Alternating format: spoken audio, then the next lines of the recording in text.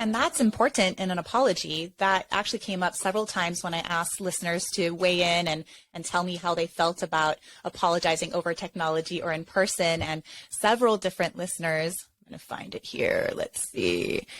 Okay, so the apologies in person camp said things like this. So Kehaulani said, not as sincere as apologizing in person or writing a letter or card and giving it to the person. And at Sina Mai Samoa and also Kristen C said, not as sincere as in person for me because emotions are important too.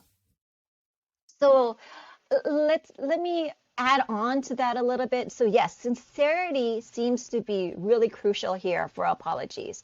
So it's the perception of sincerity. So how does the receiver, the recipient, the person who's receiving the apology think about the apology, not your intention. So you might have the best intentions, but if the recipient doesn't think that it's sincere, then all bets are off. Then your apology is not going to work. So that's part of it. So I keep on thinking about parents and their children when they're initially teaching us how to apologize, right? You're upset with your sibling and they say, apologize to your sibling, and you go, sorry. And then they might make an effort to tell you to try it again, right? But oftentimes you said the word only itself, right? And then that's good enough. But later on, we realize it's more than just the words. Then you have to pat your brother or your sister, then, give a hug.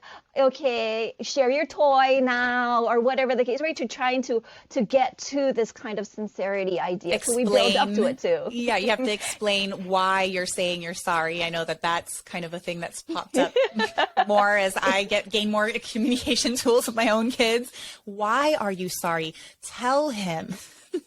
Exactly, right? Because that ups the sincerity factor, right?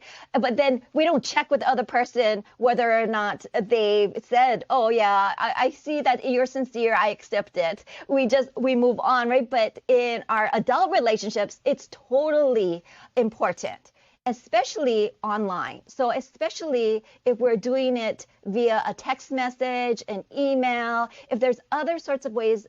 So in face-to-face, we're judging sincerity by how you look, how you sound, right? We're judging these other kinds of nonverbal elements. Are you crying? Can I see you crying, right? I can't see that if you send me an email.